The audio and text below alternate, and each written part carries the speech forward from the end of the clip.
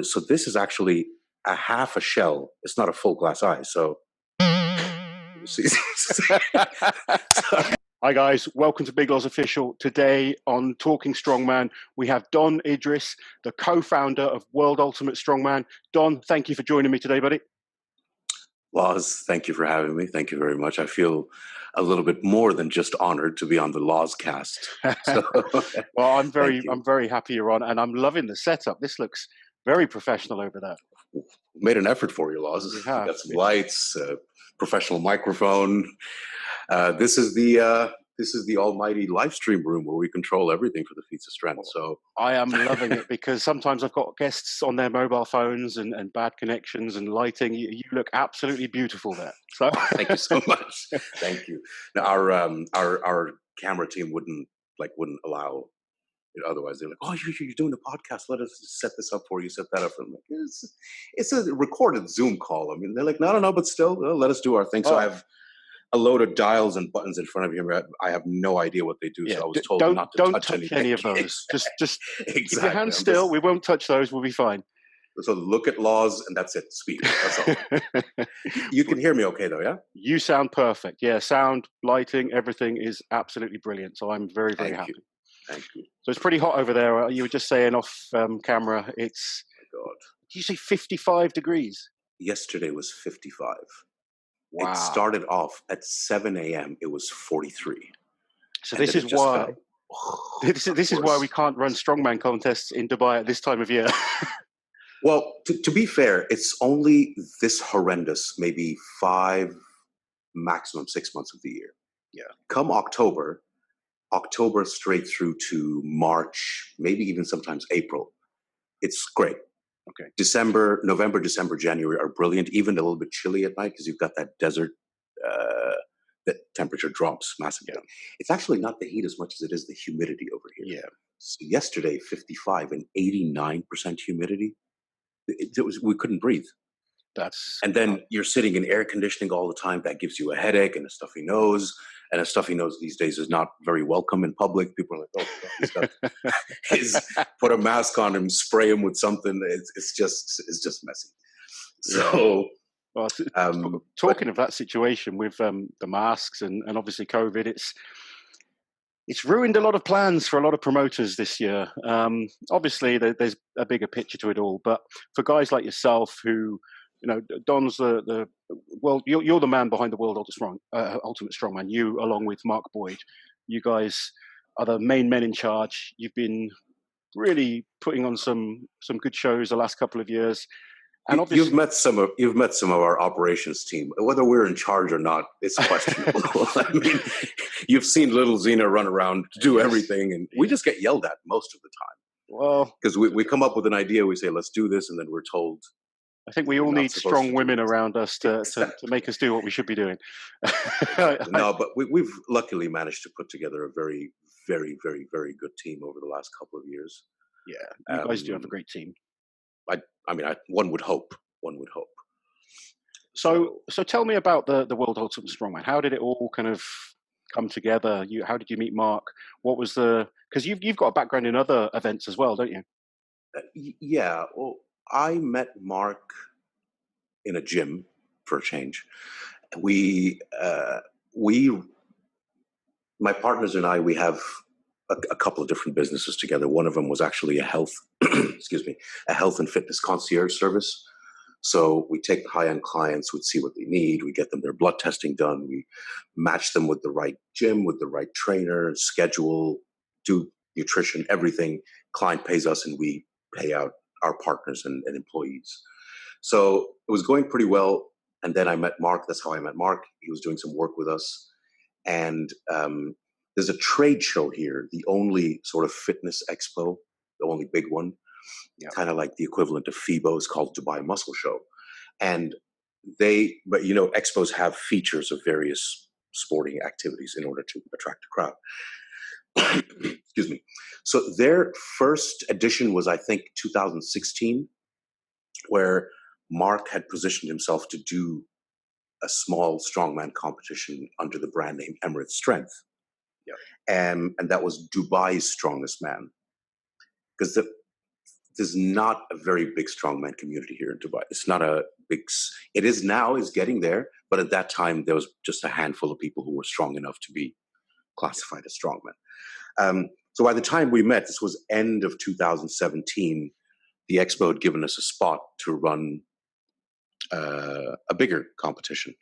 So that's where we kind of decided, we're like, you know what, there's something to be leveraged here. I mean, he's the athlete, obviously, and I just have a thing for anything spectacular. And it's just annoying that in this region, at that time, that spectacular sport of strongman, something that appeals to a child, a granny, an old man, it's something that literally everybody can watch and everybody can stomach. Because strongman is not a sport where everybody can aspire to, oh, I'm going to train really hard and I'll be 6'10" and be able to. No. So you'll always be viewed as superheroes in the eyes of the average Joe. Yeah. So that puts it in a different category. It's not sports anymore. It's a sport, but it's also, oh my God, what is happening here? How are these humans pulling trucks or picking up? I think that was, since however many, but let's take TV, since 1977, this has been going 77 World's Strongest Man started, yeah. And it was literally get the biggest, strongest guys from all different sports, put them together for this big spectacle and see who can win. Exactly. So we did that show, and the expo had invited Eddie Hall. So they'd invite a famous person from various bodybuilders, fitness models, and stuff like that. So that year was Eddie. He had just won, was it 2017? He won World's Strongest Man 2017. So as I'm talking to Mark, I'm like, you know what? Let's just put everything we have into the show. The lights and the production and this, even though it was just a maybe 10 by 10 space. We had like a quad bike deadlift, we had a car deadlift. We had it had never been done like that. And we were the busiest feature area. So immediately I'm like, okay, there's something to do here. There's something that can be done. Was this just with local athletes competing? This is with local athletes, and Mark, to give it some validity, he had suggested that we fly over a couple of the, not pros, but a couple of well-known Scottish or English competitors. Danny Moore, I think, was a 105 or 110 competitor, so we flew him over. So the show was great, and I said, listen, we need to speak to Eddie Hall. So we met him, we sat down, and we just told him, right, here's what we want to do. We want to do the biggest strongman show in the world. So obviously he looked at us like, okay. Who are these jokers? So it's a weird one-eyed dude and a Scottish guy who nobody can understand. What are you guys doing here in the desert, first of all? So that conversation kind of took off, and then Eddie and his manager left. And then we just kept plugging on. And we said, all right, let's take everything that we know would work here. What we wanted to do was put together a show that would attract everyone, whether or not you're a strongman fan, by having features that you would still buy a ticket to go to each feature individually. And while you're there, you end up watching strongman. So by the time you leave, you're a strongman fan. Okay, yeah. So it proved to be a little bit of it was kind of like a gecko eating a cow. It was too big. It didn't fit. But we had to, we said, no holds barred. Let's do whatever we can. And we asked Eddie to be our sort of athlete liaison. Yep. / promoter / helper consultant. And fair play to him. He was so helpful. And he told us, right, strongman, here are the things that are wrong with strongman or could be done better. Athlete treatment, prize money. We took all of that on board, and we didn't want to do it a little bit better. We said, let's just, because most of the things, I mean, I'm sure you've been there yourself. Most of the things that make the athlete hospitality and treatment so good are not very expensive. It's just attention to detail, having the right people, making you guys feel not only like you're welcome, but that you belong. Yeah, this is literally your home. But because of the nightmare stories I mean, no athlete would have spoken to us if we would have approached them directly. Without Eddie, Eddie was the one that approached me to come to the first show. And a lot of the strongmen now, when there's a new promoter involved, we are a little bit standoffish because of situations that have happened in the past. There's always new promoters trying to do things. And so many athletes have been screwed over, to be honest. They've not been paid not been paid at all. I've been at events where, been promised such and such, and the event's run. It's been a disaster. You're ringing up the promoter afterwards, and you can't get hold of them. They've done a runner, So it does make us a little bit kind of standoffish. So the fact that you had Eddie vouching for you guys, that's why you were able to get so many of the top guys to compete in your first show. I mean, it was our first show, and obviously, look, it's a show, right? And you want to build a brand, so you just pick the top best guys and you invite them. There was no qualification system. There was no criteria. But we also had to be careful, because once you throw out that kind of prize money, you can't drop back. No, aside from that, there will be a lot of people who are willing, but may not be. So it was a half sport, half business decision. Yeah. And even then, we knew very, very well that it's going to take us a long time to earn your trust, because aside from, hey, here's some money, it doesn't always work. You have to earn the respect of the people involved. Like, our top, first and foremost priority has always been the athletes, along with their families, because that's what gives you comfort. You're leaving home, you're going to a city or a country you've never been in before, not the best climate circumstances, working for or competing for people who you don't know from Adam. Of course you're going to be hesitant, and especially since it's prize money, there's no way you can say, well, I want a deposit up front. Yeah, so I mean, when I came over for the first World Ultimate Strongman contest in Dubai, I think I ended up, was it fifth? I remember that phone call. You did not give me the time of day. I'm like, hey, welcome, and would you like to bring your family along? You're like, no, I'm coming alone. You were so skeptical. I think it took you 2-3 days of consistent breakfasting with you, when you're kind of like, all right, these guys are. I'm. When people meet me at first, I try and be pleasant and polite to everyone, but there's a bit of a wall there that you've got to kind of earn that trust, as you should have. As you should have. And now, if I'm going to go somewhere first time, don't know these people, I'm going on my own. I'm not bringing my family with me. It's business, focused on that. Yeah. Obviously, we created a relationship, and we become friends and stuff. Second time round, I'm bringing the family with me. You guys are using me for the commentary. We talk quite regularly, and I can genuinely see the work that yourself and Mark are putting in to try and improve strongman. I know you've got other businesses as well that you focus on, but for me, my love is strongman. It's been my life for nearly 20 years now, and I'm clearly very passionate about it. So when I see ours too, we just love it. I mean, it's look, our fight side of the business, that's interesting because it's easy to put together, and it's just an easier sell. Any kind of combat. No one has ever walked away from a fight to go look at the juggler. It just doesn't happen. That's human nature. You're watching your favorite rugby team, your favorite football game. No matter what's happened, fight breaks out in the bar, everybody's watching the fight. That's just how we're wired as humans.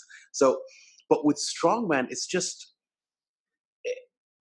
first of all, it annoys me to no end how poorly compensated strongmen are. I think it's probably, and I'm not an athlete of any sort, I think it's probably one of the harshest, most difficult sports to train for or to endure. And looking at some of the athletes, you hear things as well. I mean, I do a little bit of research quietly and see I mean, you take football players. Okay, I know it's a bigger business and everything, but a strongman should not refer to their career as, I have endured the pain of being a strongman for 10 to 15 years. That's a horrible thing to say. Yeah. But that also shows me that they love the sport so much.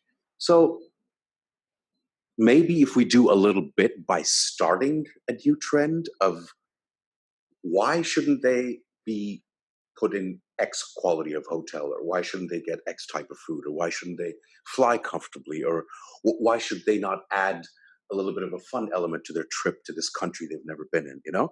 Yeah. It's not much. It's not crazy prize money, but it's the highest in the business. Yeah. And we'll start somewhere. And the bigger we get, the more sponsorships we get, the more we get. Like, even we always try to give more to the athletes. Hey, promote this, you'll get an extra bonus of that. Help us out with this, get an extra bonus of that. Even our second year, a lot of the strongmen were injured. Yeah. Yeah. We still flew everybody over. We flew Martins over. We flew you and the family over. Janashia, all of you guys were broken. You couldn't compete, but that doesn't mean, like, in the grand scheme of things, it wasn't a lot of money to spend. But what it did was it made, I hope, it made everybody feel like, okay, they're treating us like family. Yeah. We're part of the team. We're part of the family. And then suddenly everybody's jumping in and saying, can I help you with this? Can I help you with this? There's nothing wrong with creating that atmosphere. No. Because it's not that many people. No, the strongman community. Not 100 guys. Exactly. So, yeah. Exactly. And if a happy, relaxed athlete will give his best, and then the athlete performance will dictate the quality of the show. The quality of the show will dictate how much money we can generate for that. And then it's a circle. It just keeps getting better and better and better. So that's how we're usually thinking about things. Sorry, I went off on a tangent. I don't know. It's nice to kind of get into your thought process and see where you're going with the sport, because we do need to make it bigger. We do need to make it better. And like you say, the prize money isn't great in strongman. It's slowly starting to improve now, but we want to see strongmen earning the money that we see some of these other athletes earning, because it is a tough sport, and it's not a sport like. I'm a big darts fan, as a lot of people know. But you can play darts week in, week out. You can play it day in, day out. It's not going to really, your recovery from darts isn't so hard. So they're playing for decent money week in, week out. There's players that can earn really, really good money from just prize money, let alone anything else. In strongman, you cannot compete week in, week out. It's physically impossible. The weights are too heavy. Your body will just get broken. The risk of injury is so high. So it's a little bit more like a fighter. You need that kind of fighting, purse that rewards the athletes to put their body through the punishment needed to perform at such an elite level. And we are getting some freakishly good athletes coming into the sport now, but the best athletes will always choose the other sports that pay bigger. And until we can, compete with the likes of maybe not to like football level, but if we're sort of paying the guys big money, they can earn enough to retire off or to live off for the rest of their lives, rather than a very small. I mean, world's strongest man, you're looking at $50,000. $50,000. You need to win. That's total. No, for first prize. First prize is 50. So it's a nice payday, but compare it to other sports, even like bodybuilding. The Mr. Olympia winners getting way more than that. You look at the talk of the money for Thor and Eddie. Those guys would have to win World's Strongest Man 20 times to earn each. To earn what they're kind of each in a period of 18 months. Yeah. So no, but a 50,000 payday for like what is considered to be one of the, and that's once a year. Yeah, that's once a year. We are. This was supposed to be our first year where we had 3 shows. Yeah. So that was going to be $500,000 in prize money total. Yeah. Split between 20 qualified guys. It's still a decent payday, but it's still not at the level, unless there's some ancillary forms of income, like endorsements or sponsorships or this or that. I mean, the first year I was amazed at. I think I was having a conversation with Mateusz, and he was telling me he had competed like 20 times that year. Crazy. Or something like that. Yeah. Which is fine, but and I feel, but for sure, if you want longevity, that is not the way to go. Alexei, look at Novikov. Yeah. Novikov, when he showed up in Dubai last year, he was on his 11th competition in a period of like 3 months. It's something because you need to make ends meet. Exactly. I tell the youngsters all the time, because 2 good examples are myself and Terry Hollands. We both competed regularly when we were a lot. Yeah, we competed a lot. And I'm talking, I was winning shows, winning pro shows and getting €1,000 sometimes, and I look back and I think, why? Why did I do this to myself? Yeah. And the answer is, I just loved competing. That was if I'm totally honest, I loved strongman. I just wanted to be the best I could be. And I loved traveling around and competing. But I look back now and think, with the injuries that I've suffered and kind of, how could I could have been if I didn't make some of those mistakes and made sure I was a bit more selective for shows. So even like I remember Eddie on his way up, and I was like, don't compete like Terry and myself did. And he was smart. He marketed himself well, competed and focused on the big shows, and has done very well for himself. And it's great to see athletes in the sport actually earning some decent money and bringing such a fan base to the sport as well. Guys like absolutely. Thor as well. He's got a huge fan base. Guys like Brian Shaw's Idrees is a little bit different, but Idrees has a huge fan base as well. And it's good to see we're starting to get where it needs to be. It's still a long, long way from it. There's still not that many guys that can call themselves professional strongmen. No. And that love that you mentioned, that you love competing so much that you'll do it.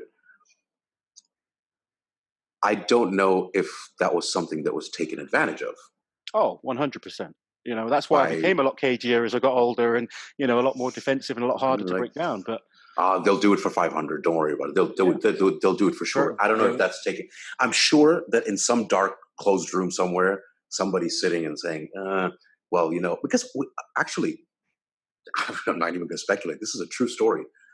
When we were looking for a venue for World Ultimate Strongman 1, when you saw the venue we ended up in. Yeah. So when we were looking for that venue, I think somebody here who had worked or been a strongman or did a strongman show or whatever, he tried to approach the same venue behind our back. And then the venue managers came to us. They're like, do you know this gentleman? We're like, yeah, we do. He's trying to snake your deal, or he's saying that he's more connected than you guys and this and that. And he also said, these guys don't know what they're doing. These athletes are getting paid way too much. Strongman can be done a lot cheaper. Wow. And I told Eddie this when everybody arrived for the press conference in July. I'm like, can you actually believe that there's some people out there, promoters, saying, they're not big promoters, saying that, oh, these athletes are getting paid too much. Like it's that mentality due to which the sport took ages to progress. Right? But that's like, how wrong is that? Oh, this can be done a lot cheaper. These guys are spending way too much money, definitely on the athletes. What the? Where's the vision to make it a big, impressive sport and really bring the huge amount of fans into it?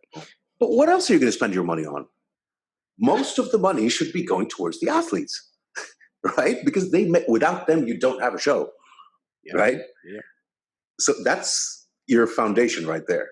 Athletes, equipment, and then all the showboating and the lights and all that can be done. Yeah. But a good strongman show really literally needs a 15 by 20 meter space, good flooring. We'll get to that in a minute, right? With our stage nightmares, we'll get to that in a minute.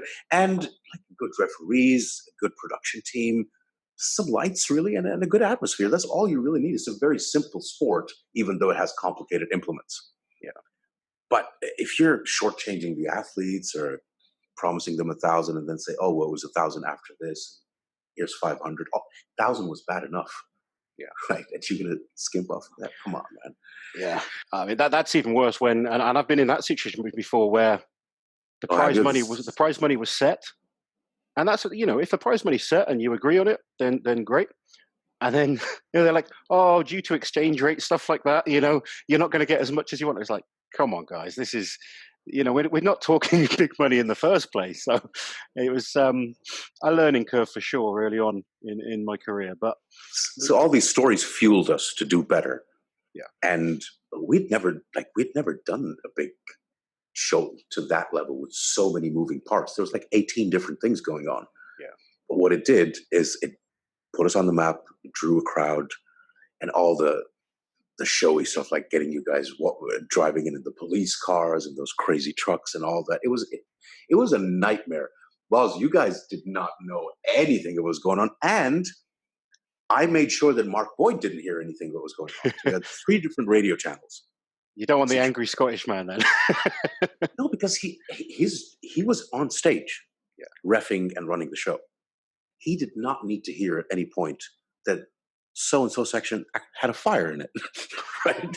Can you imagine hearing that in the middle of doing the Atlas Stone timing or whatever it is he was doing? You have to divide it up. So I'm kind of, my job primarily is to be the sponge for all that kind of stuff. Like, hey, what are we going to do? Like, just put Mark on a different channel. So there was Mark's channel, then there was the production, and then there was security. That's it. So many things went wrong. Well, talking of that, tell us, come on, so what's some of the worst things about promoting shows? Some of the worst hardest challenges you've had? From a projections perspective, I suppose it's a cultural thing. Events is last minute anyway, but like the UK, for example, British fans put it in their calendar and they buy tickets in advance. Yeah. Here, not so much. 90% of our ticket sales are done in the last 48 hours. Okay. And our tickets include food and drink. I don't know what. You can't, so when the venues call us like, how many people are coming? How much food should we let? We're like, I don't know, dude. I don't know. The first year, 1,200 people showed up at the door without tickets to buy tickets at the door. Jeez. Just showed up, 45-minute drive out of town into the desert. So that is a challenge. Because there's not enough of a fan base here yet to do an arena show. Yeah. And because our format is a festival, usually we have had the challenge twice now of having to set up a stage for the strongman, because the venue is not, it does not have the capability of having, we would have to put on a separate stage. And there's not a lot of music and festival stages that are strong enough for what could go wrong. So the first year, I think I feel so bad. It kind of broke a little bit from it wasn't the yoke. I think it was the axle. I think it was the yoke, because I remember Brian Shaw moaning about it. The axle is what cracked it. Okay. And then the yoke finished it up. Like, I think Shaw felt it when his foot went in the thing. But that was tested to 1,000 kilos per square foot. Okay. That was the strength of the stage. Yeah. But what they didn't do, and they didn't even consult us with, 1,000 kilos per square foot is fine. 1,000 square foot or square inch, I forget. But what about when you drop it from a height? Yeah. Nobody took that into account, right? The stone loading, we had those big platforms that we'd rigged flamethrowers at the top. Yeah. So that was great. If it would have worked perfectly, it would have been great. It only worked for the beginning. So when they tested it with the stones, they didn't, because it was all Wi-Fi calibrated. Yeah. So what they didn't test was what happens when you slam a stone onto that platform. The whole thing's shake. So all the, so there was like flame, spurt, nothing. Guys, this was our final show moment. It was actual 2-meter tall flames that we're supposed to shoot out. And things like that. Last year, you were, and I have not told you this yet. Go on. So, not the day of the deadlift, the day of the big show. Okay. Right? Doors were opening at 3 p.m. You and Eddie were there already with the commentary. At 11 a.m., they told us that we don't have internet. You did tell me this story. You have told me. Did? But go on, continue, so everyone can But I didn't tell you on the day, I think. No, not on the day. You didn't tell me at all. Can you imagine? I'm like, I don't know. They're like, oh, it's fine. People can use Wi-Fi. I'm like, I've got 10,000 people who have paid $1.99 to watch this, okay? Yeah. Internet is a pretty important part of a live stream. So, all because their IT guy was not available that day. Something. I don't remember what it was, but I'm freaking out. Zina's freaking out. I'm calling Ozzy. I'm like, Ozzy, we need to find a solution. So we actually, within 3 hours, we had to rent, call, and set up a satellite. Don't ask me the technical thing, but it's something called 4G bonding. So they take a bunch of SIM cards and give enough of a signal to be able to to live stream. And the live stream was perfect, but it got perfect at maybe a minute or two before the doors opened. And that happened the first year as well. The first year, we didn't know if we could live stream or not up until 20 minutes before the doors opened. Wow. So that's the kind of, but it's all an interesting day at the office. So it's all a learning curve for. It's all a learning curve. I mean, I think the best example is they use an example of I think it's a well-known phrase or a comparison, the swan effect. Like on the surface, it's so majestic and floating. If you look underneath the water, everything is on fire. Things are going crazy. Everybody's crying. But as long as the athletes and the attendees don't feel it, that's part of the job. That is the job. Yeah. In fact. So, yeah. So I'm gonna address a little bit of an elephant in the room right now. Okay. And I remember we were in Dubai. I think it was the first time. Terry Hollands being as blunt as he is sometimes. Don, what's up with your eye? I remember him saying that. I get that all the time. So what happened is, I mean, did you want the short version or the actual story? Have I ever told you the story? I don't think you have. So, okay. So just to get it out of the way for the viewers, this is a prosthetic eye. And I actually customized it. It's actually a clock. Yeah, I remember you showing me. It's not a working clock, by the way. That would be absurd. A few years ago, there's nobody to blame but myself, by the way. I bought this ridiculous, suicidal kind of motorcycle, right? And I was not patient enough to wait for the guy to install a speedometer or front brakes. So I'm riding the thing, and I didn't realize how fast I was going. I hit a bump in the road, lost control. I thought I was doing 80 kilometers an hour, but in fact, I was doing 150.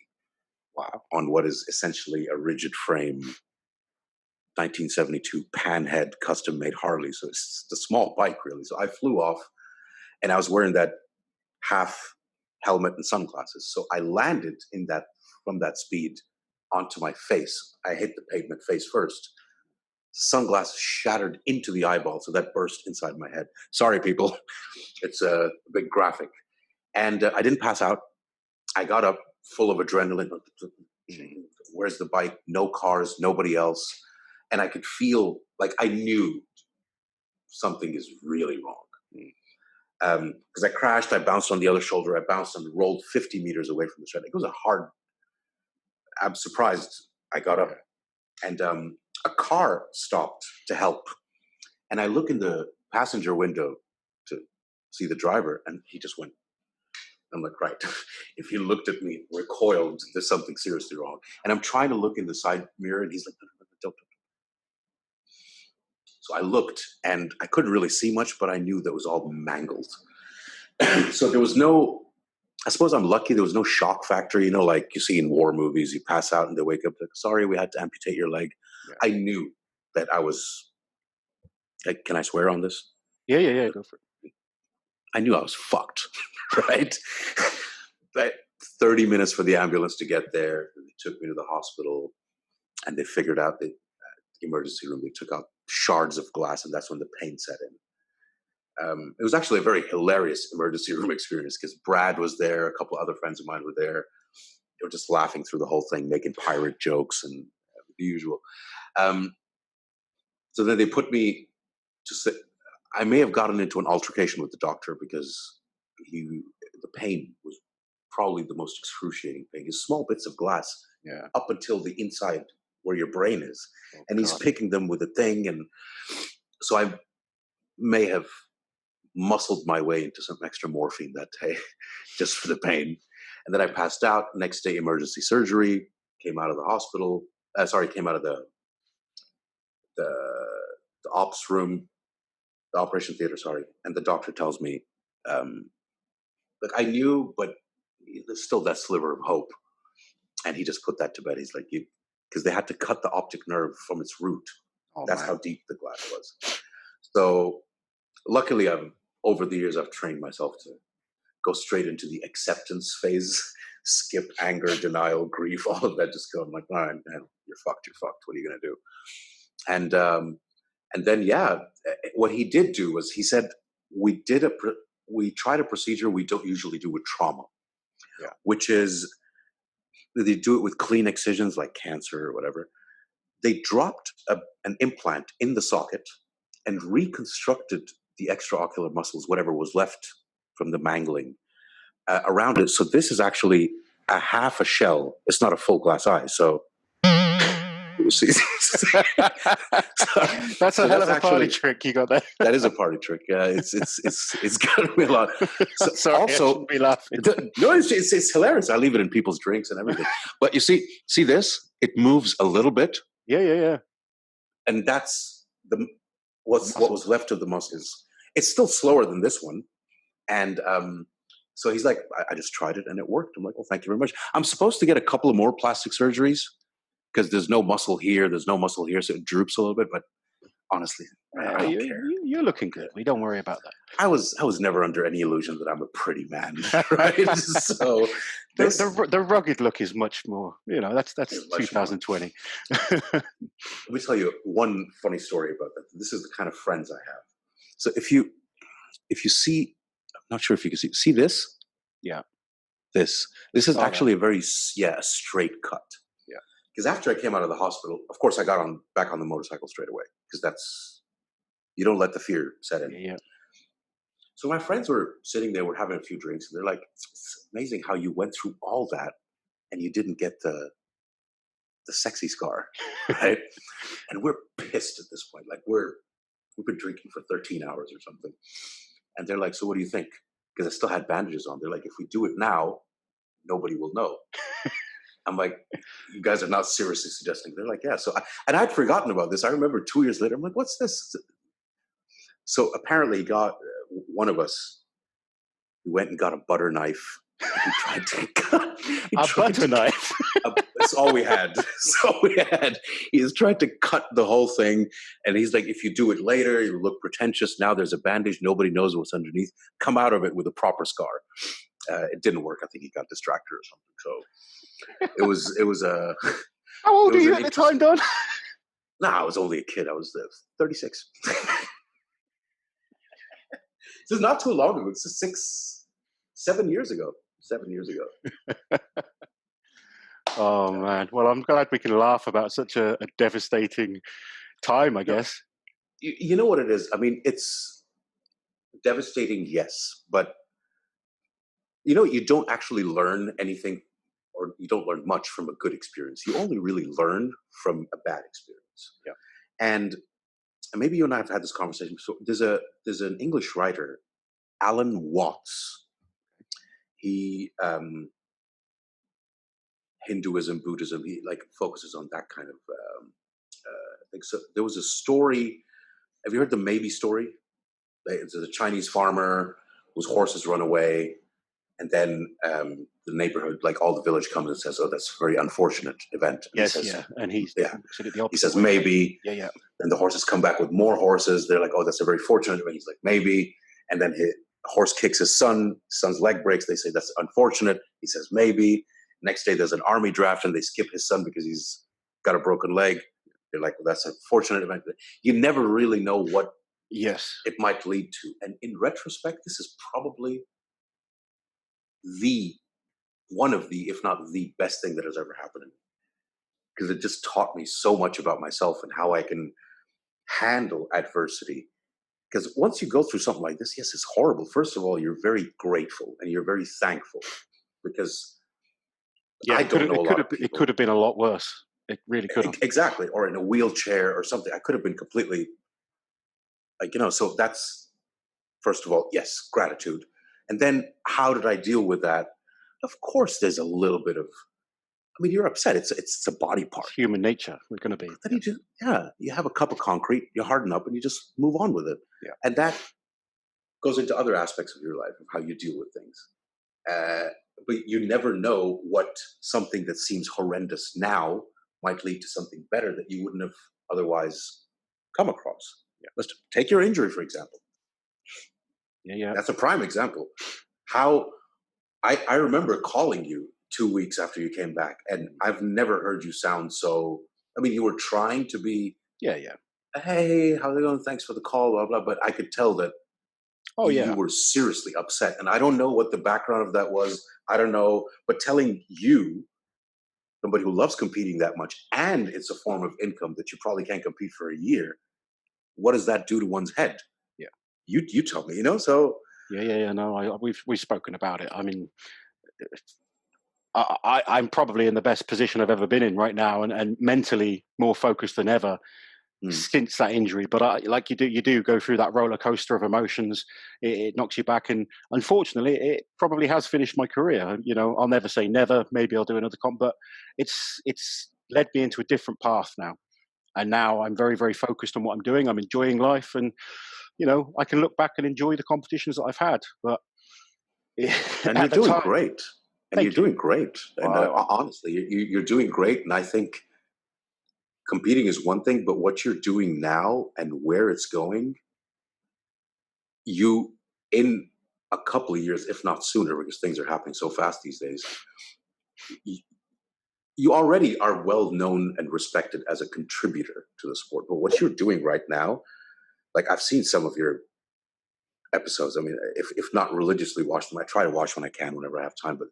But you're drilling and digging so many stories, so many unspoken well, truths. it's trying to get the fans to understand the people behind the sport, because from my point of view, as much as I've loved watching strongman over the years, I like to, and in any sport, I think if you really want to support someone, you need to get inside that person's character.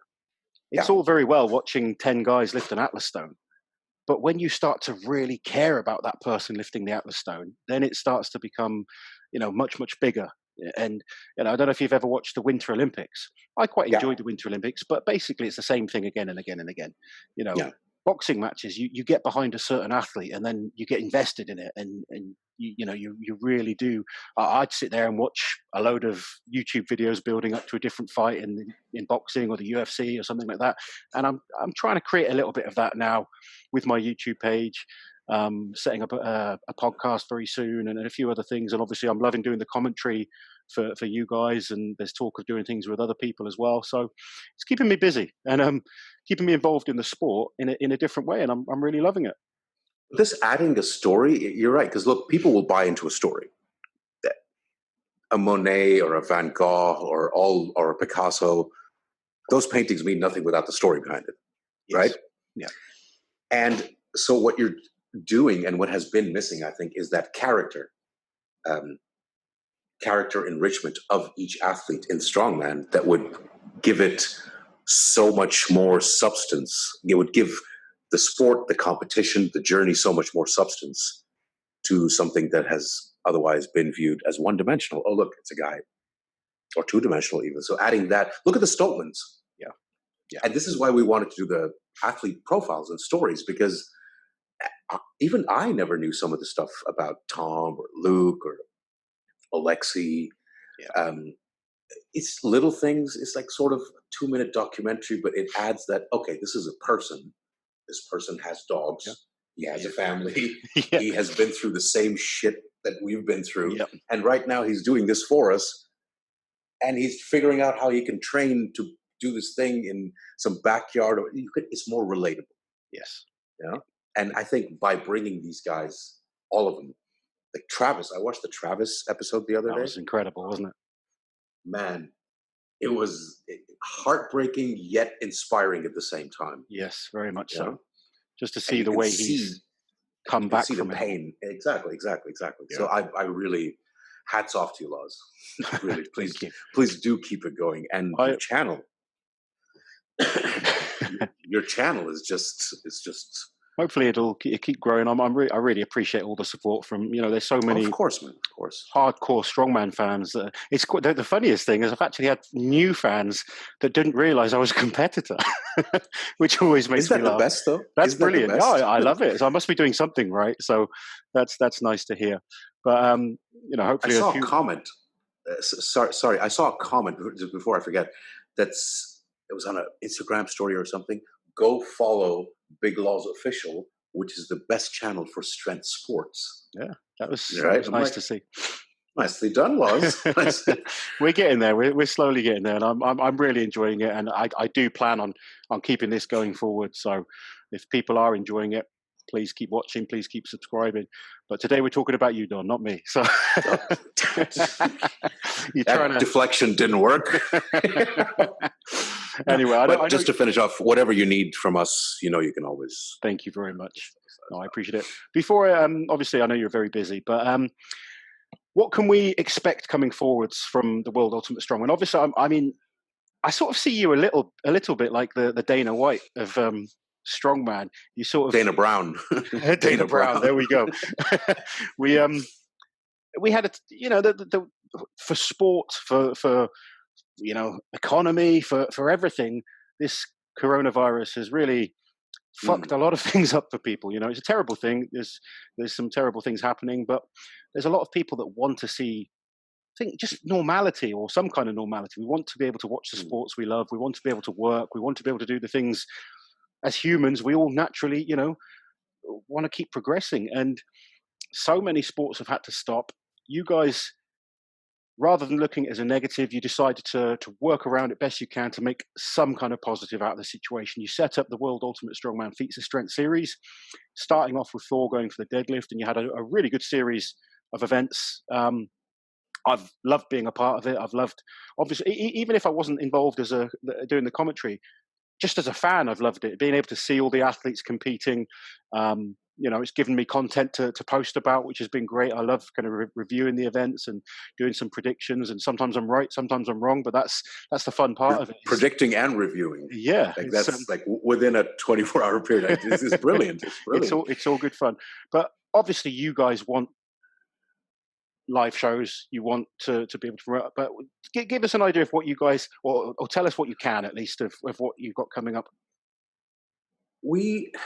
Okay, so the issue is anything for us to say we know this and this and this for sure would be arrogant and naive, because we don't. Mm-hmm. Every week there's something new. Yeah, or every week exactly. Government comes up with a regulation, sometimes to the point of being contradictory in the same. You're like, what did you just? I spent 5 minutes listening or reading to this article, and I still have no clue what you want us to do. So, and now they're predicting a second wave in the fourth quarter, right? That lockdown. So I have the thankless, I'm in a sort of a terrible position where I get some insider information that the public does not need to digest. So I know that the bad is coming, but that lockdown will not be as severe as the first one, we hope, because the first one, everybody kind of learned how to, right, we need to do this, we need to lock up X in order to bring the numbers down. Now, all this is, by the way, assuming that things don't get worse or some new mutation doesn't happen or people completely don't disregard whatever the guidelines are. And I mean, like, you've seen how it is. You give them a little bit of freedom. People just don't care. No. Was it in Bournemouth? Was it? Yeah. Was it Bournemouth? The beach? The Bournemouth beach. It was ridiculous. Absolutely crazy. So, keeping those things aside, like we did with the Feats of Strength, it's not ideal, but it's something. Yeah. Let's plan for how we can make something work in the absolute worst scenario. And then anything that happens after that is an absolute bonus. Yeah. So that's how we thought about it. I mean, to be fair, when we launched or announced the Feats of Strength, we got a lot of shit for it. Yeah. We had to endure a lot of negativity. Like, there's a million people locked up at home, angry, frustrated, they can't train. And the funny thing about that is we never said official or non-official world record. It never started off as that. It was Feats of Strength. Yeah. And then Eddie went and said something, and then Thor's followers jumped on his ass, and then 2.4 million from here, and then YouTubers picked up on it, then Shaw jumped in. So our social team came up to me, they're like, this is getting ridiculous. Yeah. People are saying this world record doesn't count. I'm like, what world record? We said Feats of Strength. They're like, yeah, but now they're saying these are not world records. I'm like, okay. So I called Mark, I'm like, and he's obviously upset. Oh, this is not right. People need to take it seriously. I'm like, okay. He's like, should we just keep it at feats of strength? I'm like, yeah, but let's just add feats of strength and world records. Right? Because that's what the buzz is. That's what the buzz is. Whether it was, we're very good at handling negativity, I hope. We have a very nice social team, very polite, very informed. And all it took was just enduring that period of, look, it's something that's never been done. Anything new will always meet with resistance. Yeah. Well, I mean, I don't know if you're a big UFC fan, but the Fight Island thing that they did got a lot of negativity at first, whereas now people are loving it. It's entertaining. We'll get to that as well, since we're talking about since we're on the subject of new things coming up. But the way we did it, we're like, look, and then Mark made a video and tried to explain it to the fans that, okay, look, we have two options: we can not do anything, or we can create something out of thin air, eat some insults, but people will eventually come around. And it didn't take more than 1 or 2 episodes where we were like, oh, okay, this is actually a thing. To the point now where, what's happening this Saturday? We're getting messages like, like it's almost like, I can't believe it's over. Yeah. What's this new surprise bonus you're talking about? When's there going to be a season 2? Broadcasters, ESPN, come on. Yeah. I know people are desperate for content, but ESPN doesn't message you or email you or call you every day and say, hey, we're going to lower our standards and we're just going to take whatever you can show us and put it as, because honestly, Laws, aside from darts, I think darts were the first ones. Yeah. But I'm very proud to say, not to toot our own horn, but we were the first to do spectatorless sport in this COVID time. Yeah. Then UFC did it. Yeah. And then now NBA and I don't know what, and things are coming back. Okay, we'll do the sport made for live stream and for TV without spectators. Yeah. Whether it's a corporate social responsibility or whether it's safety, whether it's whatever it is, sport was such a big part of human life. Yeah. I think nobody realized until it just... Very much so, yeah. So I can't say for sure, and well, some of the things I can't really speak about as well, but I'll give you the gist of it. What we're trying to do is we're seeing the feasibility of a Feats of Strength Season 2. Okay. Hopefully starting in September. We have a bunch of the athletes interested. We have a couple of sponsors interested. We have a couple of broadcasters interested. I don't want to, we don't announce until things are signed, but we're working on it. Yeah. It's going to be shorter because hopefully World's Strongest Man goes ahead in November and we need the guys to be done and dusted with a month to prepare. Yeah. After that, however, we are working on, unfortunately, a spectatorless version to begin with. If things get better, we'll look into spectators. We're working on that. We've got this private island that we can fly strongmen into. Okay. That's cool. It's not far away from here. Yeah. We're just looking at the logistics and the mechanics of it because it's not bad. Because if you look at 15 athletes with their spouses, a couple of coaches, it's not more than 40 people in total. Yeah. You guys, any commentators, referees, it's not more than 40 to 50 people. And it's going to feel different. It's going to feel weird. I mean, you saw the first couple of UFC. Yeah. Some people liked it because you can hear the do you know what? hacking. You got to remember, someone like myself, You're a big fight buff, aren't you? Well, I'm a big fight buff, but I'm also from the generation of strongman where you competed in front of a couple of people. So, right. I've been in those spectatorless shows. Is not new. Spectatorless, yeah, that was just normal. A couple of family and friends watching. That was normal when I started out. Even in some international shows, there's been shows where maybe 40 people watching. I've been in that situation. So maybe for the older guys, as Idrees, Brian Shaws, Terry Hollands, they'll be used to that. It might affect the newer guys a little bit more, but I don't think it would. I don't think it would, especially since we kind of did a little primer with the Feats of Strength. I mean, we actually incorporated a question, I think, the afterlift interview with everybody, that how does it feel for a competitor who's used to, for example, doing a Giants Live competition with 10,000 people in front of you. How does it feel to know that there's nobody here, and yet there's hundreds of thousands of people watching you? It's a bit disconcerting, I think, and getting the athletes' take on it was a very important piece of feedback for us.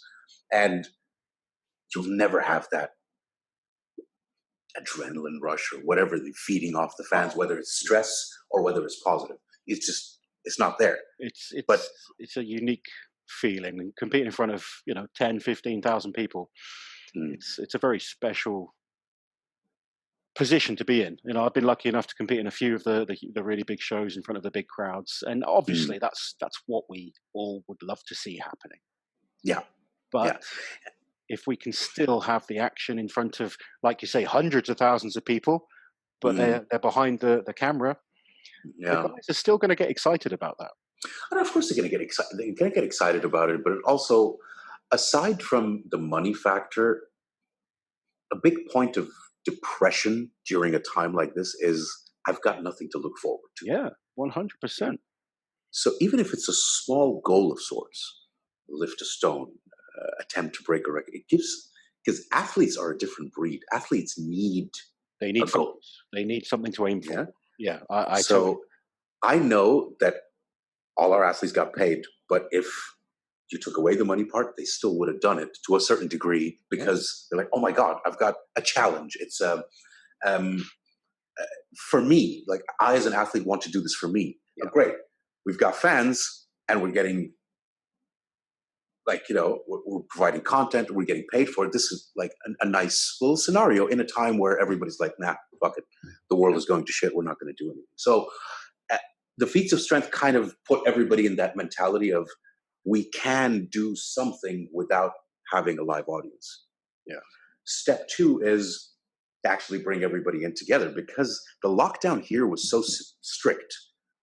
And it's because of that we were able to open travel earlier than any other part of the world, because it's pretty much fully contained here. So we could fly people in, testing everything. Now, that's going to be a whole different type of feeling when you have a head-to-head Atlas Stone in the same location, with no audience. Yeah. And then just for TV or live stream, Yeah. So that's yet another unique situation that the athletes and us would have to go through. But we are planning that hopefully for December, a month after World's Strongest Man. We're trying. And then Bahrain, which was supposed to happen in April, we're now looking at that in maybe February. We have to look at the calendars. I guess with a lot of those further, those things, it's just going to be wait and see what can be done. And wait and see what can be done. But if we can nail down if the spectatorless thing, we can pull it off, and it does work. And so look, here's our basic simple formula. We have the athletes. We see what they're capable of. Yeah. We've got the sponsors, what they need. And we got the fans, what they want. Yeah. And you just do that math. What can the athletes deliver with what makes the sponsors happy and the fans happy within whatever restrictions and guidelines are at that moment? If you can make it work with that, there's something. Exactly. And then we wait and see. Now, if there was no travel, that would have been a bit of a challenge, because then we really can't do anything except something like a feats of strength. Yeah. So we're just monitoring. We don't like to obviously make many announcements, and because you can't one really thing we hate, can you? Because you can't sort of push something and then suddenly you've got to take it away all the time. So until I guess you can confirm 100% that things can happen, it's best not to announce things at all. And especially over here is also, unless you've got all the approvals, you can't make an announcement. Yeah, we here specifically, like unless there's an explicit approval and you've got the license to run a show, you can't. It's ill-advised to go and say, "Hey, we're doing this and we're doing that." So we hope. I mean, we still have time, but we like to give the athletes a 3 months heads up, at least. And look, Bahrain, it came this close to happening. It came this close to happening, and it was just. So I think we're in talks with them again to look at February or March next year in Bahrain. So hopefully 2021 will be the year where we will do 2 or 3 World's Ultimate Strongman shows across the Middle East or internationally. And that's what we're trying to do. Well, we will keep our fingers crossed, because I know, just as a fan, I want to see action. I want to see people competing, but I want to be there as well, commentating as well. So. Oh, you're part of the team. You're part of the fam now. You're. Have you ever been on TV? Aside from the latest ESPN, I've done a few like TV shows and films and stuff like that before. Yeah. Okay. We'll talk. You might be getting a call very soon. Okay, excellent. Well, I'll look forward to that. You heard it here first. We're getting some inside scoops. So this is what I wanted you on for. I wanted to know what's kind of happening with the World Ultimate Strongman, where you guys are going. Obviously, you've put on some great shows so far with a lot of learning. You know, I've had arguments with Mark at events about certain things, and I think whenever you promote something, you're always going to learn from it. You're always going to want to do better, and that's what when I look at a promoter, that's what I want to see, is someone that can take some criticism, and you can clearly see they want to improve time and time again, and that's what I love about you guys. You know, you're always trying to move forwards, always trying to think outside the box, trying to make the sport bigger. So. You know, we ask every athlete after every show, if you were doing this, what would you do? And we've had some a lot of the guys only give positive feedback. Some of the guys focus on the negative, but like some of them might be simple little things, like how long the walk was from the warm-up room to the bathroom, for example. Yep. Small like little things like that. Year one, where that was an issue. Not a huge issue, but it's an issue. But it's an issue that needs to be addressed. So we're always trying to, and like, I mean, arguments are great. Look, everybody knows on the team, they now know never to ask me, how did it go? Yeah. Because I hate every show. I hate it. So they know to give me a nice 24 to 36 hour window before they even approach and say, so what did you think? Because if they ask me on the day, I'm like, oh shit, I never do this. Tear it up. Because if you are a critic of your own product, it's the only way you will improve. Yeah. Now, when you say arguments with Mark, by the way, Mark and I are like this, and we work very well and closely together, but we hardly ever agree on anything. Yeah. We never, because he's an athlete. Yep. Which is great, because I can never look at a show the way he sees a show. Yeah, you need those different visions. You really do. It's important. But we've never had an argument where, but we just, like, hey, we need to do this. No, we never agree on the same. We're never on the same page, but we always end up doing the right thing. Or I just love the dynamic. The dynamic, and we appreciate, contrary to popular belief, we appreciate the likes of yourself who are not afraid to say, I think this is wrong. Yeah. Whether or not it's my place, I think this is wrong, because holding back on that, I think, is a major contributing factor of why things don't improve. Well, that's why I used to be, when I was younger, I used to be quiet, just accept the situation. Whereas as you get older, you just think, fuck it, I want this to get better. And, I'm not saying I know everything, but I've got some ideas, and I want to I want them to be heard. and Mark and I we hardly ever take unilateral decisions. Ever. Like, even when I say unilateral, like him and I both, we always get a perspective, because somebody else might see something that you haven't even thought of. Yeah. And it's good to bounce off of. Yes, exactly. And that's, go on. I was just going to say athletes. Sorry, go on. Sorry. No, I was just going to say, I've had conversations with yourself, with Mark, and it is bouncing ideas and trying to come up with better ways of doing things. And it's not always that you just know what's right. You've got to try and you can't look at things from so many angles. You've done 50 to 100 competitions, right? Probably more. Yeah, probably more. Yourself. I mean, you've been on the ground from an organizational perspective, in the rain, in somebody's backyard, in a garage, in a field. Why would I not take your feedback into account when you say, I don't think that's going to slip over there and that's going to slip over there? We've been doing this for 3 years. Yeah. Even if we were doing it for 20, just hear the guy out, man. I mean, if it's a shit idea, we'll know. But if we rely on that, and staying quiet and not stating your opinion. Now, stating your opinion too much, that's a whole other story. Yeah. But we want to take that into account. We ask the guests, we ask the referees, we ask the athletes, we pretty much ask everybody who's involved, what can we do better next year? And we love criticism. We just love it because that's how we improve. I think that's been our ethos from day one, that you just get better. Because remember, we're a very, very young enterprise coming into something that is of the mentality of, if it ain't broken, don't fix it. Yeah, for 40 years. And we're coming in trying to make a difference. It's a process, but it's not a process that you have to be willing to endure the growth pains, so to speak.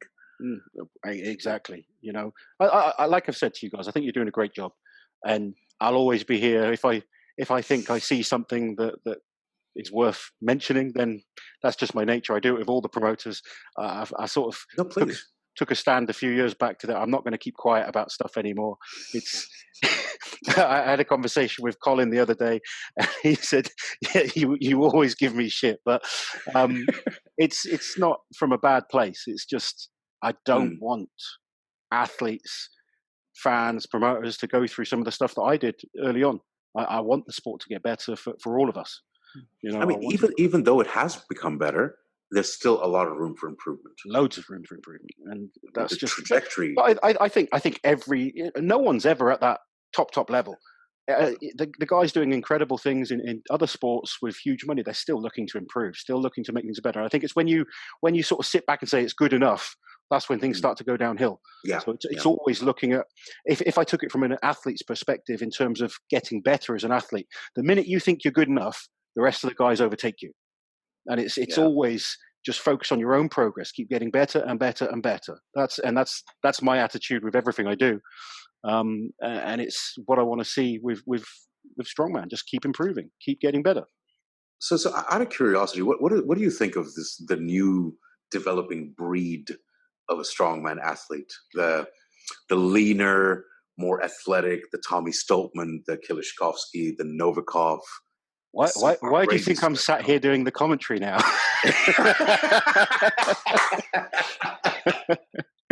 You know, it's I mean, saying that, I think at my absolute prime, if I look back at what I've done at my best, I'd still be competitive if I could get to my best. But the drive isn't there anymore to put myself through what these younger guys are doing. And I think when you've got family, you've got, you know, responsibilities, I've probably, to some detriment to myself, I've said Brian Shaw doesn't have the same look in his eyes that he had 5 years ago. And there's nothing wrong with that. You know, the guy's got a family. He's got, you know, his YouTube, which he's focused on, his other businesses that he's focused on. When he was younger, he had laser vision. I'm a big fan of him as a strongman. I see him as one of the best of all time. Me too. I think he's past his best. That's not to say he's not still an incredible strongman. I still think I could compete in an elite level, but I don't have that hunger that I had when I was younger, and I don't think he does either. And when you can, you know, that we can make excuses, and I have in the past. I've sort of said, if I do this, if I do that, you know, it's easy to sort of try and convince yourself of something. But when I'm totally honest with myself now, I look back and say, right, for the last 2 years, I haven't had that drive. I haven't had that hunger. And I'd actually say 2012 was the last time I was really hungry. Where literally, I'd say 2012 was when strongman was everything. It was literally all I cared about. It was 100%. I did an interview with Luke Richardson the other day. And that kid, that's a new you can just see that focus. When a lot of people tell you they really want something, they don't really want it. They're just saying it. That kid, I believe him 100%. When he says he's focused on you know, becoming the best he can possibly be, being world's strongest man, you just look at him and you say, yes, you do. And there's no. Do you know he qualified? Do you know he's qualified for I know. World's Ultimate Strongman? Yeah. Yeah, no. Via official Strongman Games, he won, so he's automatically got a spot at the next Wuss We Do. But recently, the progress. Kids, he's what, 24, 23? 23, I think, just 23. Yeah, he's He's gonna be, when he grows up, he's gonna be good. What do you want to be when you grow up? But he's got to stay focused, and like the likes of him, the likes of Tom Stoltman, we've got some mega talent in the UK right now. I know you don't want to talk about you, but go back to this 2012 thing. I don't really believe you. What happened in 2016? So you were telling me you won Europe's Strongest Man without hunger? Come on. Yeah. Or that deadlift where you tore your lat. Yeah. When you were clean shaven, by the way. This works way grizzly better. Today. Yeah, no, 2012. When you tore your lat, I think, was it? 2014, I tore my lat. Yeah, and I was, 2012, I tore my labrum in my shoulder over in a contest in China. And that was the initial kind of time where I started getting a lot of injuries, just trying to rush back. I was trying to do strongman full time. Like I said earlier, doing some of these smaller shows, trying to live off prize money, real stupid. Would never advise anyone to do that these days. And I started to lose that drive. I stayed good through discipline. Discipline can get you a long, long way. So you make sure you get up, you make sure you stick to your routine, you get your food in, you train. But I wasn't as hungry as I was before then. I had a daughter at the time, young family. Met Liz around that kind of time, and it sounds bad, doesn't it? But I just started to have things that were a little bit more important to me than strongman. Didn't mean to say I didn't love strongman. Didn't mean I've always loved training, still do now. But the hunger wasn't quite the same as it was pre 2012. Now, there's moments you can really switch on. And obviously, Europe's 2016, I won the World Ultimate Strongman 2017. There's other shows that I've won. But that's just discipline. Just being able to get into the gym, tell yourself you've got to go. People always go on about how do you motivate yourself to train all the time. You're not motivated to train all the time. You're not motivated to work all the time, but you still got to go to work. And it was the same thing. But that's for another story. But do you think youth has something to do with that? Yes. I think we're just generally hungrier when we were younger, and when we're older, we kind of decide based on a bunch of other factors that a young buck wouldn't take into account. Yeah, a young buck just wants to go, I want it all. Rawr. But when you get older, you're like, Sometimes as you get older, and that's not necessarily a bad thing, but you let other factors dictate what you're capable of. I look at you look at certain athletes when they're really driven, and you can really see the difference when they start to achieve those goals.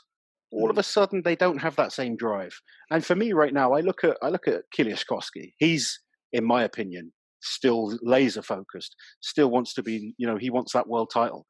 Maybe when he wins that world title, he loses a bit of that kind of hunger. And that's what you see with like guys like Eddie, guys like Thor. I mean, Zydrunas is an exception. I don't know how he keeps going, because I think that Zydrunas and Elon Musk both arrived on the same spaceship. They're not of this planet. That's extraterrestrial right there. He was just competing now, like a week back. Yeah, in some team. Was it last weekend?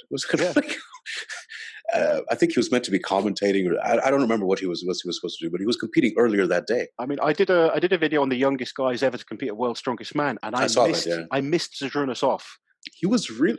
He was only 22, but it's because you don't think of Zydrunas as some up and coming youngster. He was 22 in his first Worlds, and he's gone on to be the oldest man ever to win World's Strongest Man.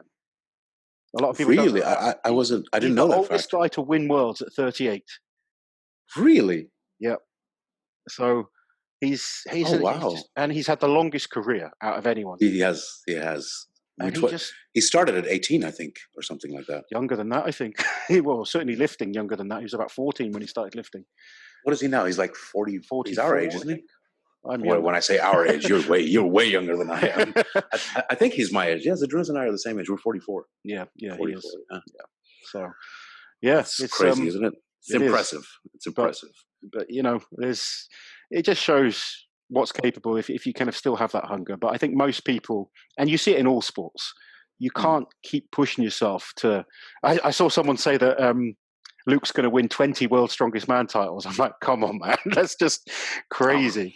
To do this stuff for 20 years at the top level, that's brutal. We've seen some incredible guys that have managed 4 or 5. it's probably the same guys who were thinking that, oh yeah, Rauno, Pritchett, Bishop, Caron, they're going to get 12 reps of 400 or whatever. It's probably the same crowd. Maybe. There's no perspective. It is. But no, it's been really good talking to you, Don. I don't want to keep you all day, but we'll definitely get you back on in the future. Obviously, appreciate it, Lots. Thank you so much. I've enjoyed chatting to you. Can any of the fans find you on social media, or do we focus on the World Ultimate Strongman pages? World Ultimate Strongman, it's Don Idrees if they want to find me. I just put up memes and it's always entertaining. Maybe if I actually end up lifting something respectable, I'll put it on. I saw you do, was it a 240 deadlift the other day? Yeah, but 240 is like warm up for you guys, but it's 3 times my body weight. So exactly. I'm proud of that. It's all kind of relative, you know. It's a big weight for you. It was a good lift. So I saw that. I was like, yeah, go on, little man. That's a good lift. Go on, little old man. Go on then. Don, it's been a pleasure to chat to you. Guys, I hope you've enjoyed this episode with Don. A little bit different. Not always having the big athletes on. It's nice to get the insight of some of the promoters as well. I hope you've enjoyed the show. Please remember to like, share, and subscribe to the channel, and we'll be back with more soon.